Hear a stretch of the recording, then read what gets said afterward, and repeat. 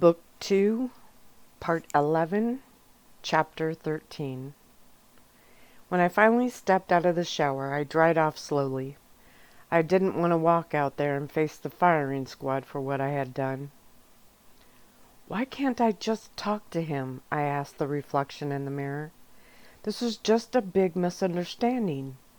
It's not like they would kidnap me and, I growled then, like these guys have. Okay, that was a little unfair. My dad was just trying to protect me, and Michael, well, he was just doing his job. But everything inside me told me if I could just talk to Track, somehow this would all get worked out. I was still having this mental conversation with my foggy reflection when there was a knock on the door. Based on the sound, it was Michael again. My hair was still wet, but I was dressed, so I walked over and opened the door. He held out a black cell phone. Must be his, I thought. It's your father, he stated calmly. Thanks, I whispered, taking the phone. Great, he had told on me, and now my dad was going to mix a lecture with guilt. Hey, Dad, I said, walking past my babysitter and plopping on the bed, towel drying my hair with the other hand so I didn't have to look at him. Hello, sweetheart. When there was a long pause, I froze. What's wrong now? He chuckled. I just got off the phone with a certain Aunt Mary. I had to smile then. Really? Yes, I must say that woman would be a great ally in any debate. I stole a quick glance at Michael, and he gave me a nod and stepped out of the room. He didn't tell. Sweetheart? Yes, Dad? It seems she has decided that cutting the courtship period in half would not raise tempers and declared she will personally deal with anyone that protests it. I smiled. Aunt Mary was definitely an amazing woman. Did she now? It was good to hear the smile in my dad's voice, too. Indeed she did, but what I want to know is how you feel about it. The last thing I want is you agreeing to this just because you feel you have to. Have to? I know you, sweetheart. You're feeling guilty for all this. I'm sure you're making yourself miserable, thinking that you have drugged Jonathan into some horrible life, and it would be too much like you to say yes, just to somehow make it up to him. Dad, really. The smile slipped from his words then. Raina, believe me, I know that what's happening is ripping you apart. Aunt Mary also informed me about the nightmares. I bit my lower lip. It's just some bad dreams. I'm fine. No, you aren't. This is no vacation you are on. We all know that. My eyes watered again, and I wiped at them. I hate that you have to stay cooped up there, and I'm working on a solution. Wait a minute. He didn't say he was working on fixing this so I could come home. His choice of words bothered me. Sweetheart, you can tell me that you want to shorten the courtship period because you truly love Jonathan and want to be unioned. Then I will agree. But if you are only doing this to pay a debt you don't owe... Dad, I love him, I whispered, turning away from the open door. Yes, part of it is out of guilt, but I would never union with someone just for that reason. I picked at the comforter, something you just do when you're talking about grown-up things with your dad. He's the second most wonderful man in the world. Okay, third, but I didn't think you would appreciate hearing about Track at the moment. The laughter on the other end made me giggle. I missed him so much. Are you coming by tonight? Yes, I am. Seems Aunt Mary has me stopping by a certain realtor's office first. I'm to meet her there. But then, yes, I will be by. Good. I miss you. There was a brief pause. I miss you too, sweetheart. I'm leaving here in just a few minutes, so I'll be there in a few hours.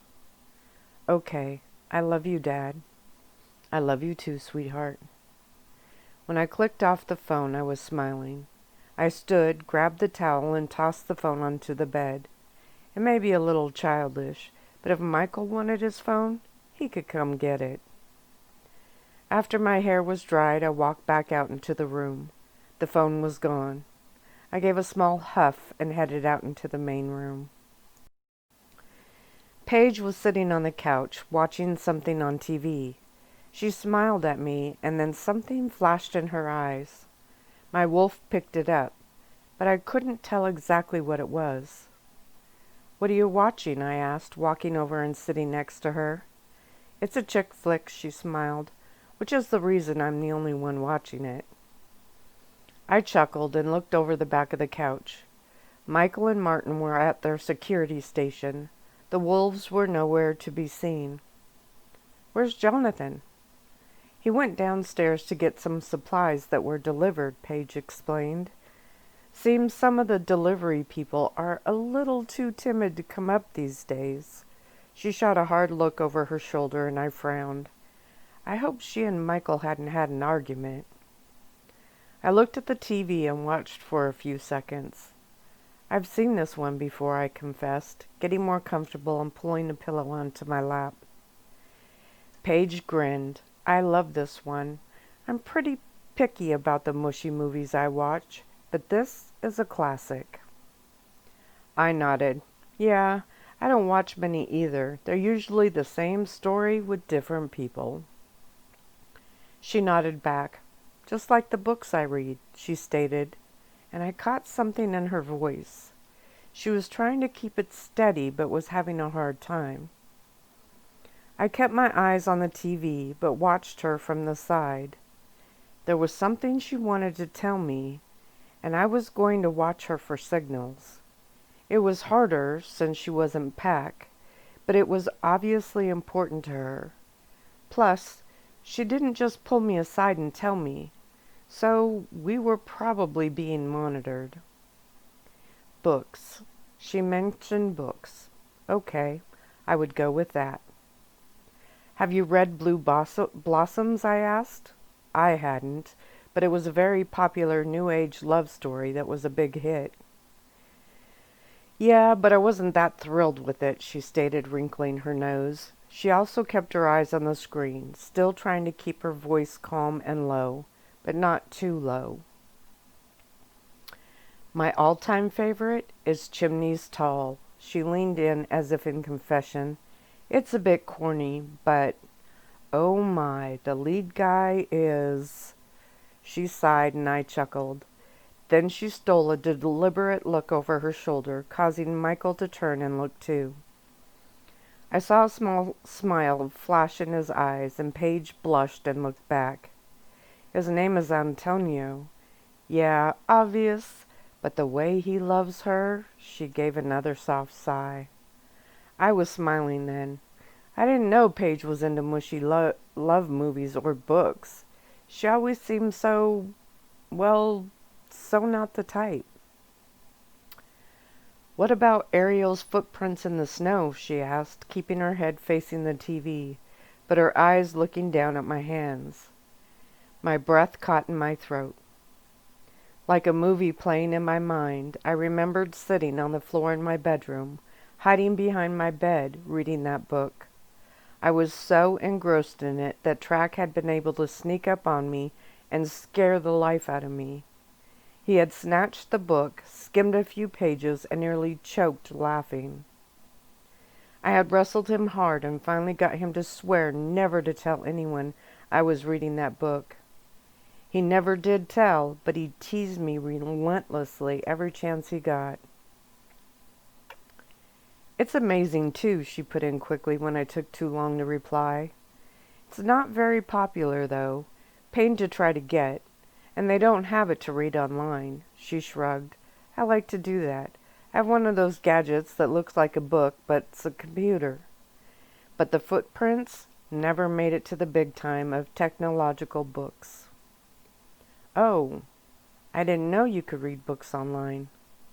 She reached over and patted my hand. I'm going to have to help Jonathan get you up to speed on modern tech toys, Raina. She laughed and I chuckled.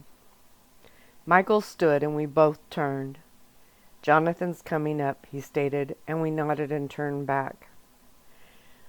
When the elevator buzzed, she leaned back casually. I ordered that book. You did? I asked, now watching Michael out of the corner of my eye. The elevator opened and Jonathan stepped out with several boxes, each with paper bags sticking out. Michael stepped in to grab others off the floor of the elevator. I just got a text that the book's in, she said, quieter this time. A text? I almost whispered. She nodded, then gestured towards the TV. This is one part of the movie I don't like. I mean, really, who goes and does something as ridiculous as that? She huffed as if she were really irritated, and I looked at the screen. My heart and mind were racing.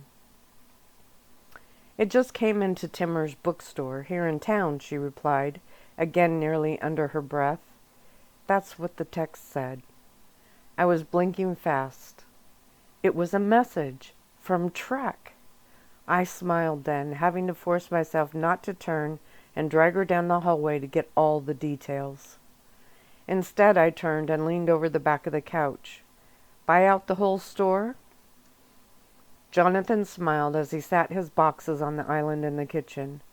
No, I thought I would save some shopping for you, since I know how much you love it. I wrinkled my nose, but looked back at Paige quickly. She smiled at me, but her eyes were worried. Great. Track had sent a secret message through her, and now she was going to have to choose what to do about it. Help me and face my father and Michael's wrath, or tell them and destroy my new and unexpected chance. Well, something smells delicious, she smiled, also turning around.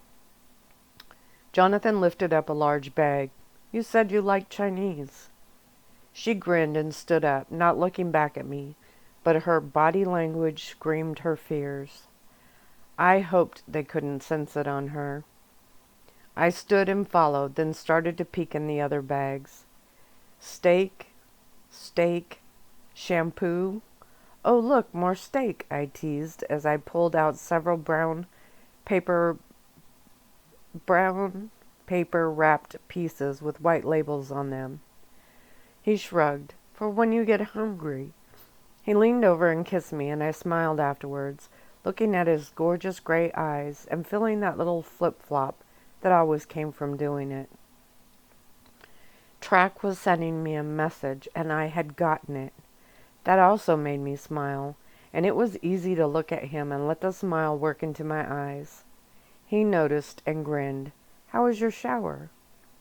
You need a bigger hot water tank, I teased, and looked through another bag. So you've said.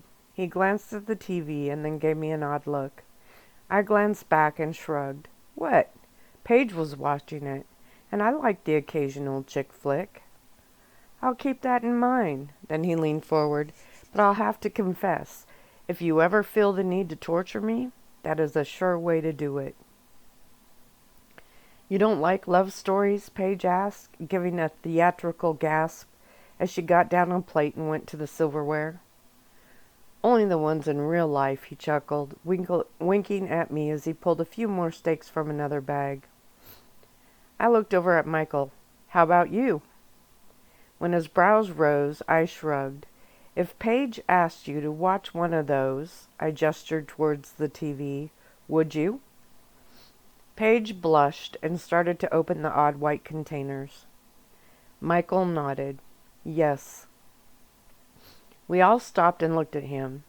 He stood, nearly expressionless, and Jonathan shook his head. You like those things? Michael's lip twitched in a small smile. No. But that wasn't what she asked me.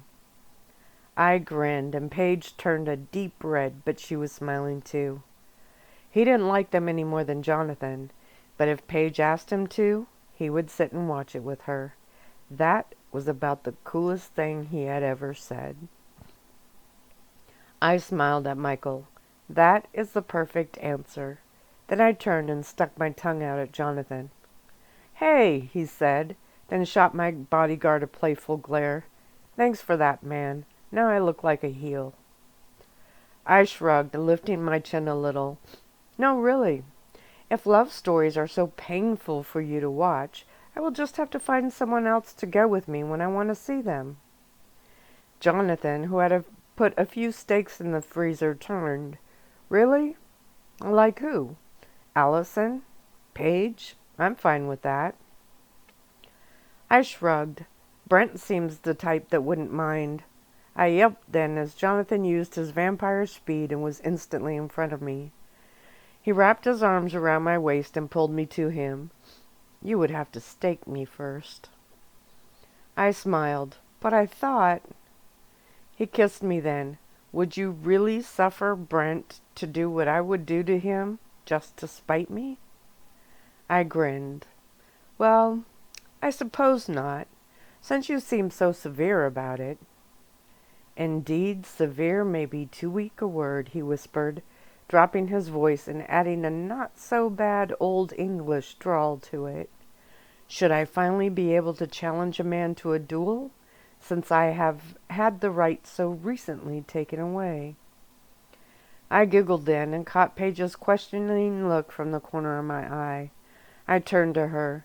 He wanted to challenge Wolfie to a duel, but I wouldn't allow it. She smiled then and piled more food on her plate. I looked back at Jonathan. Brent is your cousin. Your point is? I shook my head, laughing. Jonathan Hilver, would you duel your own blood? He let his eyes drop just enough to make them dreamy and pulled me even closer.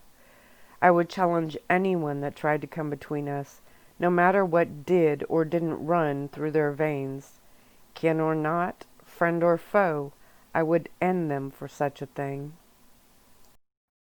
I rolled my eyes and pushed out of his arms. My dear sir, you really should see a shrink about that. It's a little on the nutty side. I laughed when he grabbed me and scooped me up into his arms. Then I am crazy and wear the title proudly. Then he kissed me again. I had forgotten there was anyone else in the room. I forgot about everything for that moment, with his lips against mine and my heart racing from his playful word. I love times like this. Then, as always, the magical moment was ran through by the ring of a cell phone. I sighed, and Jonathan rubbed my nose with his. I can take you away, far away, where the evils of technology cannot keep trying to destroy that sparkle in your beautiful eyes. That brought back my smile, and I hugged him tightly. A small part of me wanted to scream, "Yes, take me there," but then Michael cleared his throat.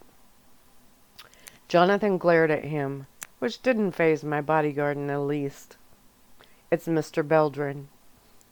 Instead of standing me up, Jonathan walked me to the island and sat me on one of the high stools. He stood in front of me, smiling as he put the phone to his ear, keeping his sparkling eyes on me.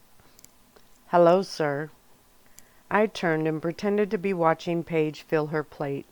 "Chinese?" She nodded, licking some sauce off her thumb. "It's delicious." I bent towards her plate, inhaling deeply. Smells good. I might have to try some of that. Then I stole a quick glance up at her to gauge how she was feeling about the text. Her breath quivered just the slightest, and I'm sure I was the only one close enough to catch it. "Maybe I'll save you a plate for your next shift." She winked, and then I saw compassion and understanding flicker in her eyes. I smiled. She was an amazing person. I turned back to Jonathan and heard him talking real estate. I rolled my eyes and faked a yawn, which made him smile and lean closer to me. Wonder what my dad would do if he knew what was happening while he was trying to talk. "We can go have another look at it tomorrow." His brows went up, showing me he was Was telling my dad, but was asking me. I shrugged, then leaned forward and kissed him softly on the neck. He let out a very soft moan. Suddenly his body stiffened. "No, I hear you. I was just wondering if we should have our own guys look at it." I sat back up and chuckled. I turned around. "When you're done reading that book, can I borrow it?" Ugh. Bad timing. She had just taken a large bit of stringy white noodle things, and she started to choke. Michael was there in a blink, and she shook her head. "Drink! Get her a drink!" I gasped, jumping off the stool and moving out from Jonathan, who was watching and explaining into the phone. Michael grabbed a glass from the cupboard while I rubbed her back. She was still choking and her eyes were watering, but she was getting air. I had seen the movies. If they were breathing, they were okay. I took the glass from him and held it out to her. She grabbed it with both hands and took a long drink. The coughing stopped. We were all watching her closely, and she waved us off, taking another gulp. "I'm fine," she said in a slightly raspy voice. Another drink, and she nodded, wiping away a few tears. "Okay, I'm good." Michael looked extremely worried, and she turned to him. "Really, Michael, I'm fine. I just got food where the air was supposed to go." I smiled then, seeing him look at her with so much concern and hearing her call him Michael. They really did make a cute couple. Jonathan stepped up, the phone now put away, his face also worried. "She's fine," I smiled, then took his hand and pulled him over to the couch to give the other two a few minutes. He looked at the screen and then moaned. I sighed. "Really now?" Then I wiggled my brows. "You know, Paige has ordered a new mushy book. I asked her to let me read it when she's done." His brows furrowed, but he stayed silent. I reached over and played with his earlobe. "Maybe we could lay in bed." I leaned closer, letting my lips barely touch his soft ear. He moaned again, and I smiled. "And I could read it to you," I whispered. Jonathan nodded. "Okay." I sat up hard. "Okay? I thought you hated girly stories." When he turned to me, he was smiling in his charming ways. "I hate the movies, but there isn't much I wouldn't suffer through to lay next to you. Plus, I've heard some of those books are rather—" I smacked his shoulder and rolled my eyes. He laughed and gave Paige a quick glance.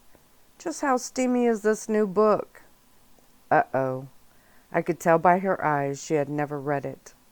I sat up on my knees, dipped my voice a little and grinned.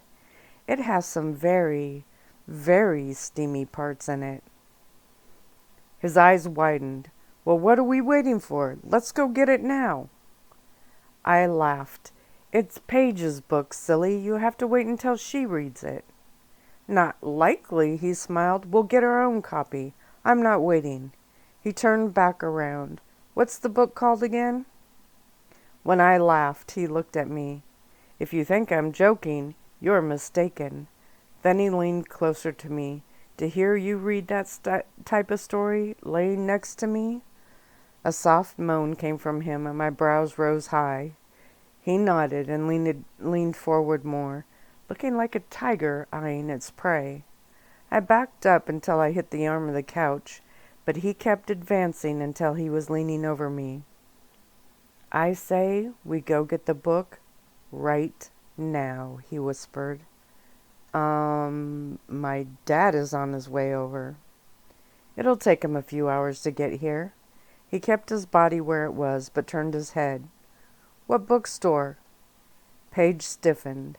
When he continued to look at her, she blushed. "Timmer's." Jonathan grinned and looked back at me. "That's right here in town." I forced myself to chuckle. Yes, and Paige had to order her copy. I yelped as he took my hand and pulled us both up to a standing position. "Plenty of time, like I said."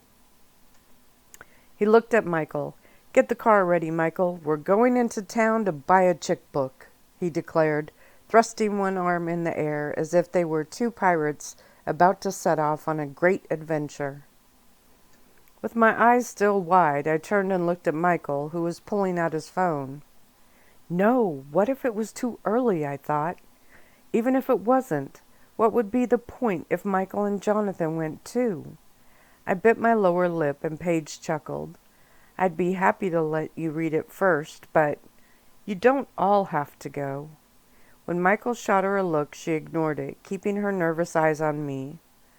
I can go and pick it up. Ugh, she was as bad at this as I was. Jonathan shook his head. Nope, we all go. Then he turned to me and pulled me into his arms. Maybe we can see what other chick books they have. I laughed, although my heart was racing. Suddenly interested? Oh, yeah, he winked. Michael closed his phone. Ready when you are. I turned and looked at him. He was smiling. Well, for him. I tilted my head and then saw him glance at Paige. Relief flooded over me. He didn't suspect anything. He was actually getting caught up in the playful banter. Jonathan grabbed my hand and we headed towards the elevator. He reached out and grabbed Paige's hand as well, making her yelp as she almost had to throw her fork on the plate. In the elevator, Jonathan looked at Michael. You two can read the ordered book first. We'll pick out something else to occupy us until you're done. Wow, I didn't know Paige could turn that color. Michael's jaw set, but he looked down at his shoes and then at the wall. That made me laugh. As we piled in the car, I kept watching Jonathan, who seemed to be enjoying this way too much. It was hard not to completely enjoy this silly side of him, but another part of my mind was worried about what would happen when we did get to that bookstore. Paige sat up front this time, without a ridiculous story from us. Martin was sitting like a statue across from us. Would Track be waiting there for me? Did Paige text him back and let him know we were on our way? What would happen if Michael suddenly figured it all out? All the possibilities ran through my mind. Jonathan whipped out his cell phone and then hit a button and winked at me as he put it to his ear. Timmer's bookstore, he said, and I saw Paige fidget in the front seat. Please, please don't let her freak out and give it all away. I felt sorry that she was pulled into this, but if I could somehow see Track, talk to him. I smiled at the thought, and Jonathan put his arm around my shoulder. Connect, he said. I looked up at him. What are you doing? He shrugged, and then I heard a voice on the other end. Jonathan gave me a squeeze. Hello, you're holding a book for Paige Thornton. Thornton? My eyes moved to the front again. I didn't even know her last name. How did he? When I saw Michael's eyes meet mine in the rear view, I sighed and shook my head. It was like living with the FBI. Good. We're on our way there. What time do you close? We don't close, I heard a female on the other end say. Perfect. We'll want to do some browsing. He laughed at his own comment and then hung up without saying goodbye. He seemed to do that a lot on business calls. I looked out the window, making sure to keep my thoughts in the place he couldn't hear them. That was another possibility I had quickly dismissed. If I tried to contact Track, Jonathan would be able to hear it too. Unless, I thought, unless I said something that wouldn't matter if he heard it or not. I smiled and relaxed just a little. While we drove, Jonathan asked me and Paige more questions about the books that fell into the chick novels category, as he called it. Paige turned and rested on the back of the seat, laughing and talking about a handful of other books. Luckily, she had actually read some of these books. We drove through the city and I glanced out the window, looking at the lights, signs, and buildings. This bookstore is non-human friendly? Suddenly, The inside of the car went quiet, and I looked at Martin, who hadn't spoken until now.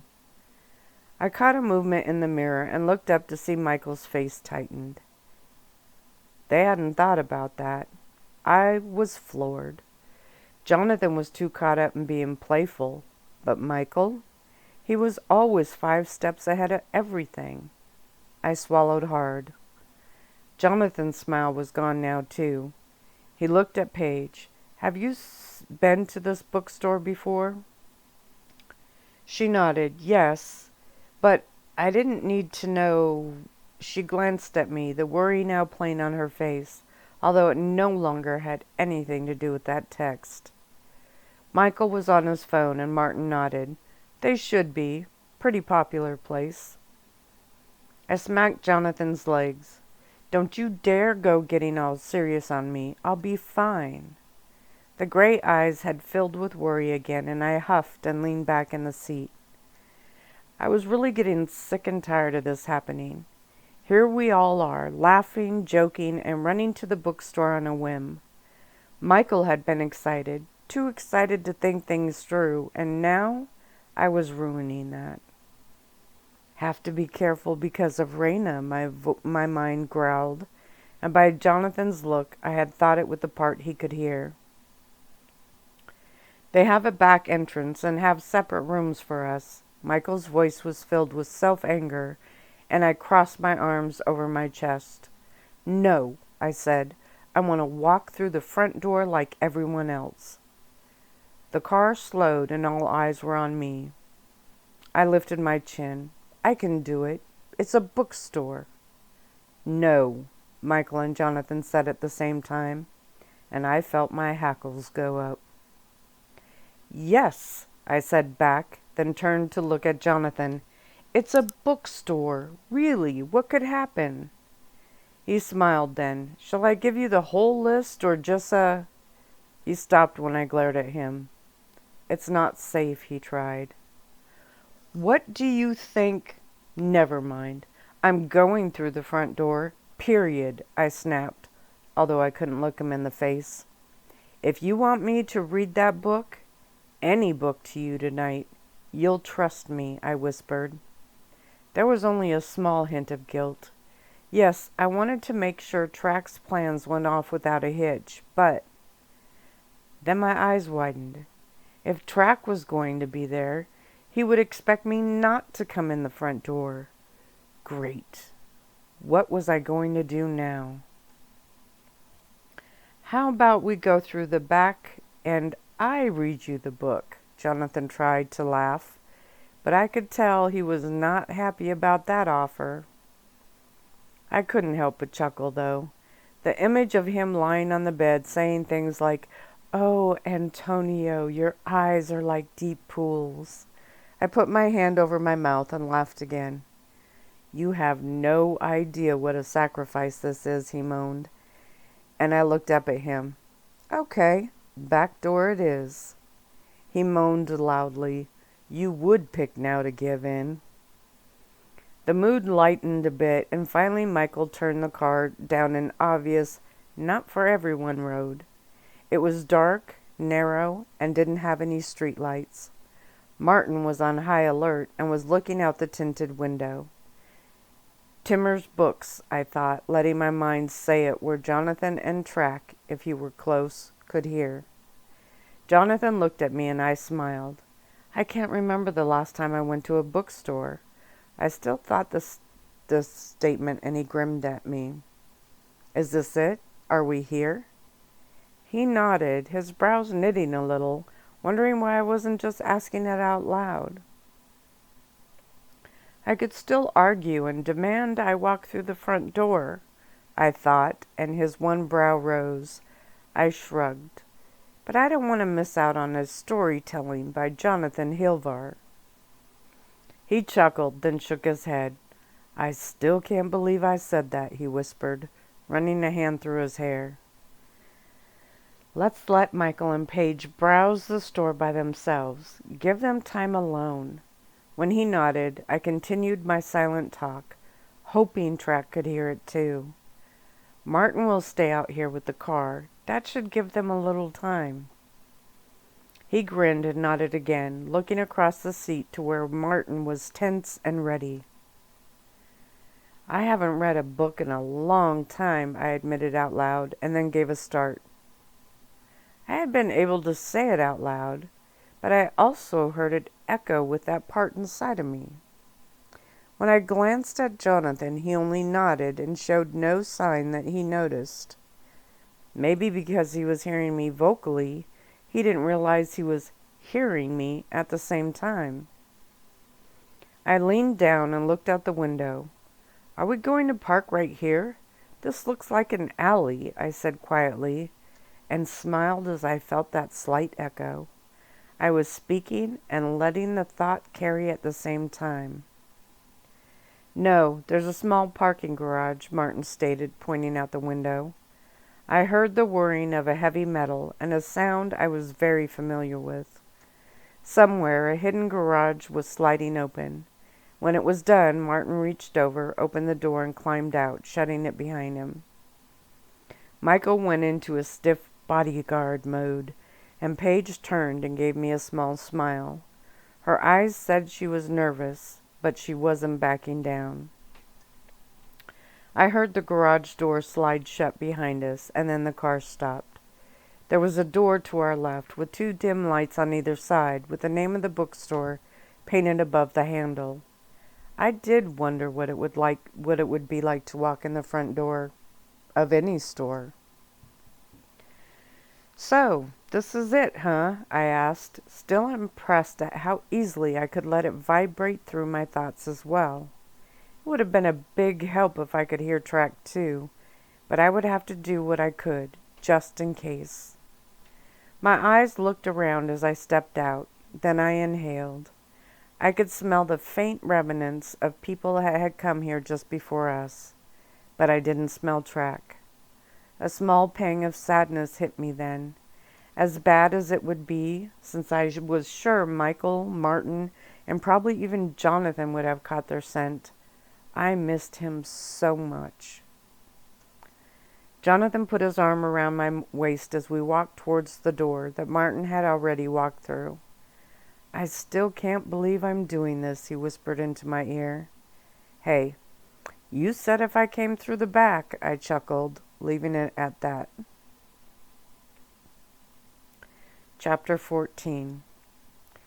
Track finished programming his prepaid phone and ran his hand over the screen. They had all put each other's numbers in it, but without names. Instead, they used code words for each person. "Feels like a covert mission," Brian chuckled as he entered the last number. Ryan smiled. "I guess it is." Knowing they were finally doing something that had helped his foul mood quite a bit. Sitting around in Polson had worn on all of them. Vampires didn't understand how tightly knit a pack was, and Raina was pack. She had been gone from the manor before, when her father took her on vacations.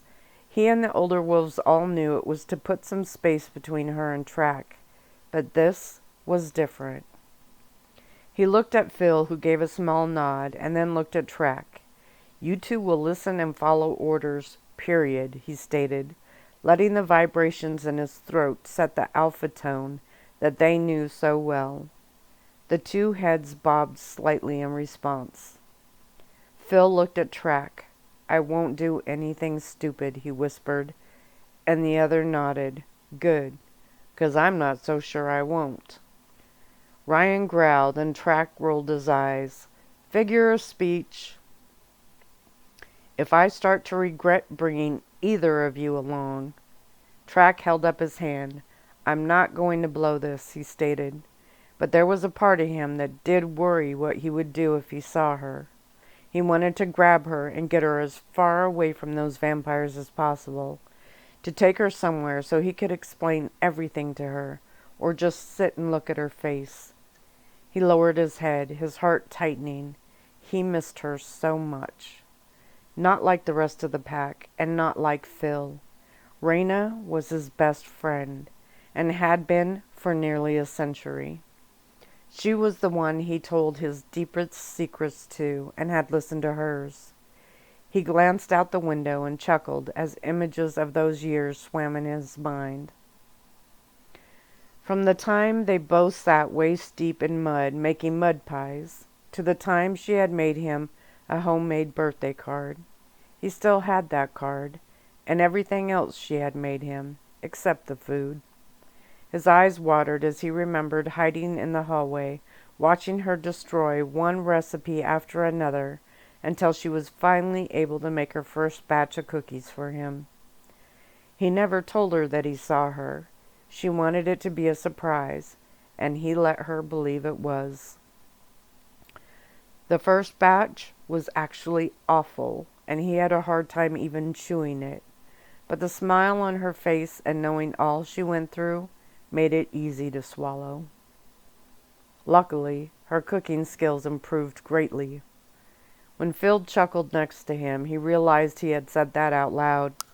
He wasn't embarrassed, though. Instead, he sat back and told everyone in the car the story. There was a long silence afterwards. "I remember when she came to the picnic with those horrible braids in her hair," Dan laughed. Ryan nodded, smiling.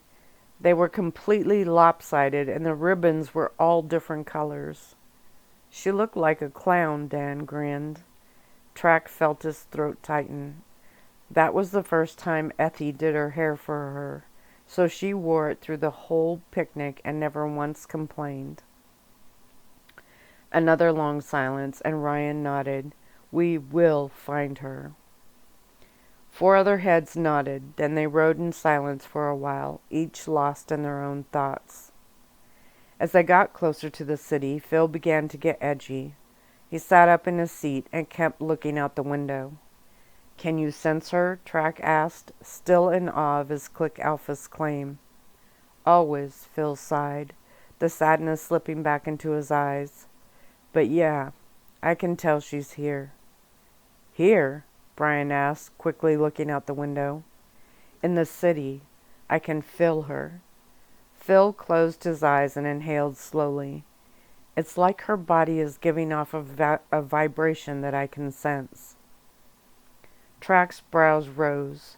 Hearing his Click Alpha talk about Raina's body struck a odd chord with him. He mentally shook it off and looked over at Ryan, who was watching over the back seat. "Can you tell the direction?" the main Alpha asked. Phil nodded and pointed. Ryan followed it, and Track sat up. "That's the direction of the bookstore." "She's there?" Brian shot out, and Phil shrugged. "I can't pinpoint, but that's where the sensation is coming from. I've never been to that bookstore." Ryan nodded. "Too bad you can't tell if she's alone or not." "She isn't," Track growled, though his insides were tingling with excitement. "There's no way they would let her go anywhere alone." The car was filled with mumbled agreements, and Ryan looked back. "I didn't plan on her being there already. We'll have to move carefully. The vampires might be waiting for us." "A trap," Brian hissed, and Ryan nodded. "Maybe." When they drove into the heart of the city, Phil's hands started to shake a little. Track noticed it first, but saw the others eye him as well. They had to bring Phil. It was the only way. But what if... He thought, glancing over and looked at his Click Alpha. Phil looked ready to climb out of his own skin. His eyes were wide and focused hard in one direction. His hands shook and his muscles twitched. "Call your friend," Ryan stated, and Track nodded, pulling out his prepaid phone. He thumbed through his regular cell, found the number, and dialed it on the other one. "Trisha," he said, quickly trying to focus on any background sounds. She had given him her own cell number when they spoke earlier. He knew he could trust her to a point, but she wasn't Pac, and the half-human part had him a bit nervous. Hybrids with human blood could be a bit shaky during times of stress. "Mom, I told you I have to work a few more hours," she huffed into the phone, and Track's face lit up with a huge smile. "She's there?" "Yes, Mother. Seriously, I can't believe you called me to tell me that, she huffed harder. Track hit the speaker button on the phone. How long until we get there? Brian whispered. About 5 minutes, Dan replied quietly. Find a lot to pull over in. We need to get a better plan.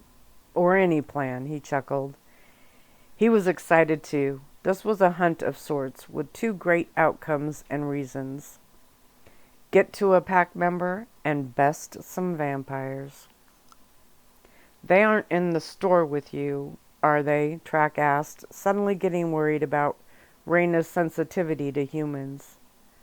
No. Why would I put it in there? It's in my room, in the back of the closet. I'll do it when I get home.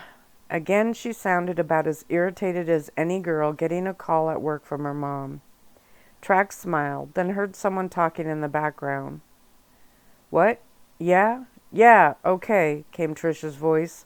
Mom, I have to go. Another irritated sigh. Fine, I'll do it when I get home. Look, we have a handful of royalty or something here, complete with guards. I gotta go.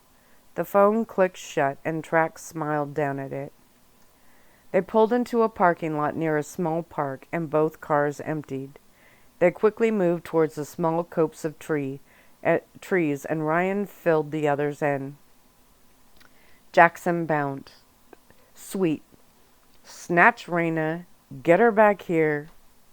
No snatching, Ryan stated, and they all looked at him. He sighed. We can't kidnap her. Why not? Phil and Jackson snapped at once, their eyebrows up high on their foreheads. They kidnapped her first, Rock pointed out, nodding to the others. Ryan ran a hand through his hair. Look, we're trying to make contact, to let her know we're here. If we try to snatch her, she might panic. Plus, we would have every vampire on the continent after us. Track shrugged. So, what exactly are we going to do? Get her attention, Ryan stated. We already did that, Phil snapped, then winced when Ryan shot him a hard look. Phil was pacing in a small area, and Ryan gave a nod to Dan, Brian, and Otis, who quickly made a triangle around him. Phil noticed and nodded to Ryan. Man, I don't know if I could do this. He had his arms wrapped around himself. Ryan stepped up, watching the other carefully. I can sense her. So close, he stated, his eyes moving off to his left. I need to be with her. He sighed and looked back. I could really mess this up. Ryan drew in a slow breath and nodded. Brian, Otis, take him back to the car and watch him. Do not let him out, no matter what. Phil looked at Track. This is too important, he whispered when Track walked over. If you get to see her, if... He shook his head, the sadness filling him again. Never mind. She doesn't even remember. He lowered his head and walked back to the car, Brian and Otis following him. Track gave a low growl. Ryan put his hand on his shoulder and Track turned. We're going to try to get a little closer. Then we'll wait, the Alpha explained. Wait for what? Jackson asked, peeling his eyes away from the now closed car. For her to make a move. What? Jackson and Track snapped. Ryan nodded.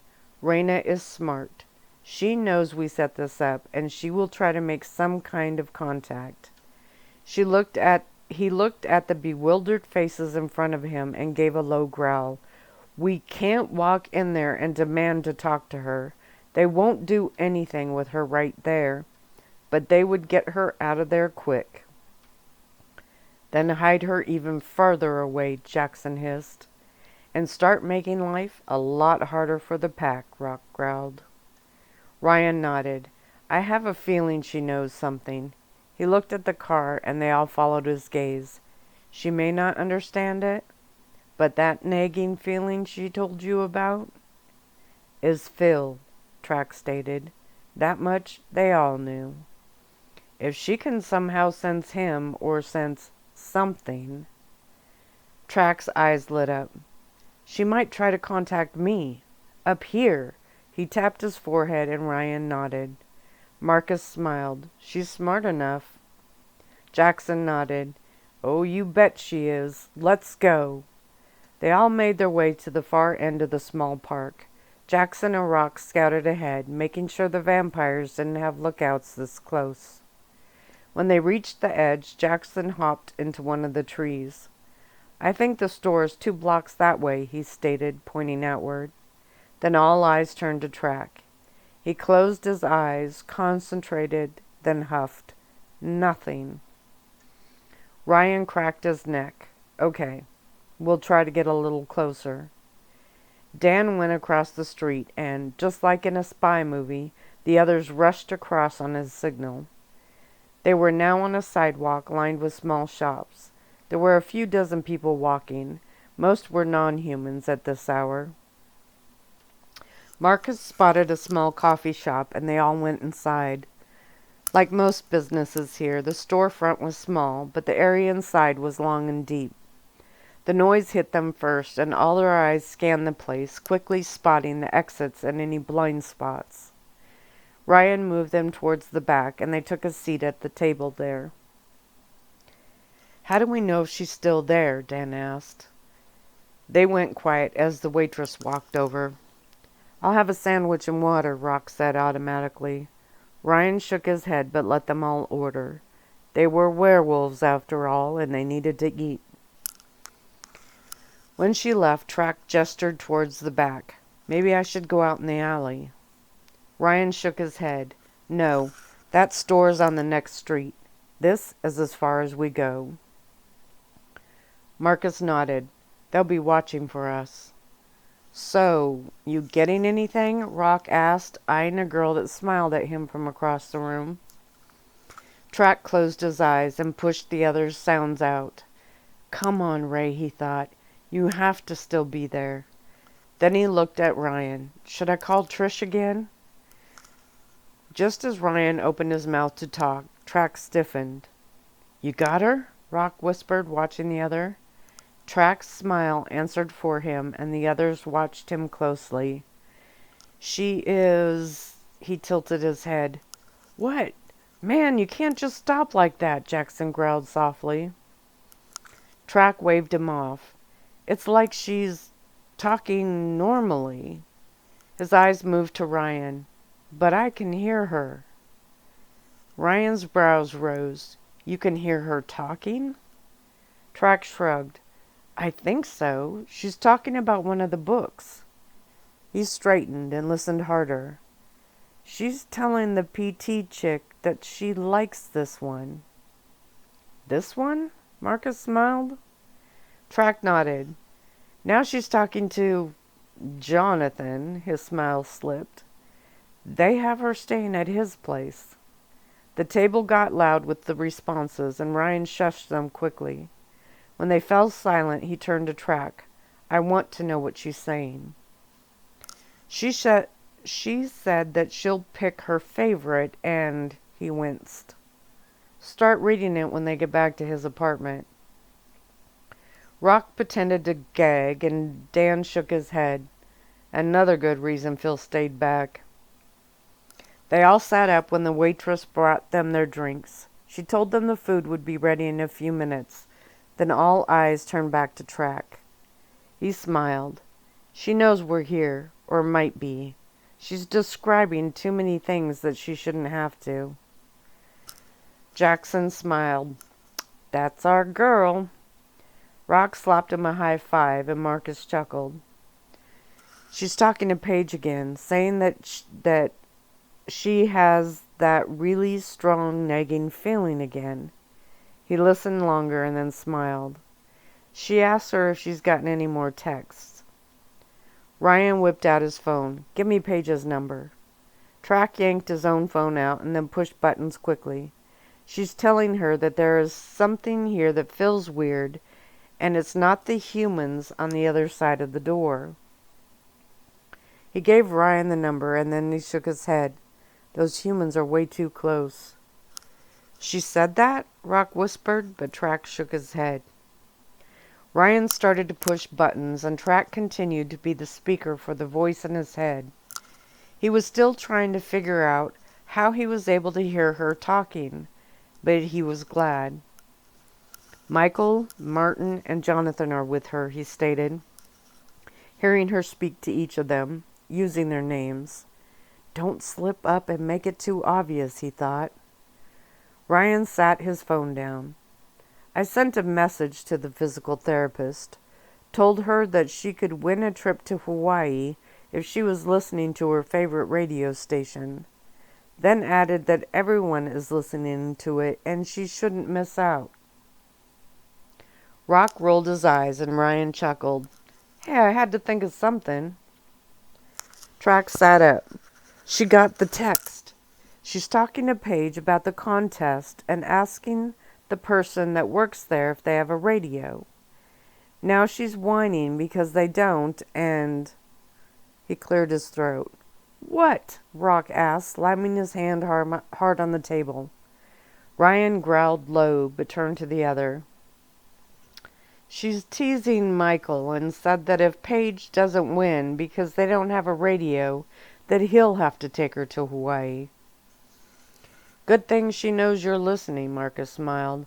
Might not want to hear everything females say when we're not around. Ryan smiled and Track shrugged. Okay, now she's showing Jonathan another book. The low growls around the table vibrated through him. He nodded. Here it comes. She says that she misses being at home. Her dad is going over there later, though, to visit. They were interrupted again when the cute girl from the other table walked up.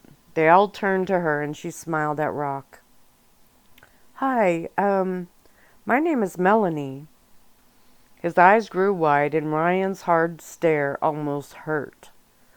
Rock glanced at his alpha. Hi, Melanie. She smiled wide and he stood up and swallowed hard. Look, we're talking business right now. Oh, she said, the smile slipping from her face. I didn't mean to interrupt. I just thought, well, you smiled. She was blushing deeply now, and Ryan stood. Melanie, Rock was smiling at you, but right now he has to keep his mind on business. He knew she was part wolf by her scent.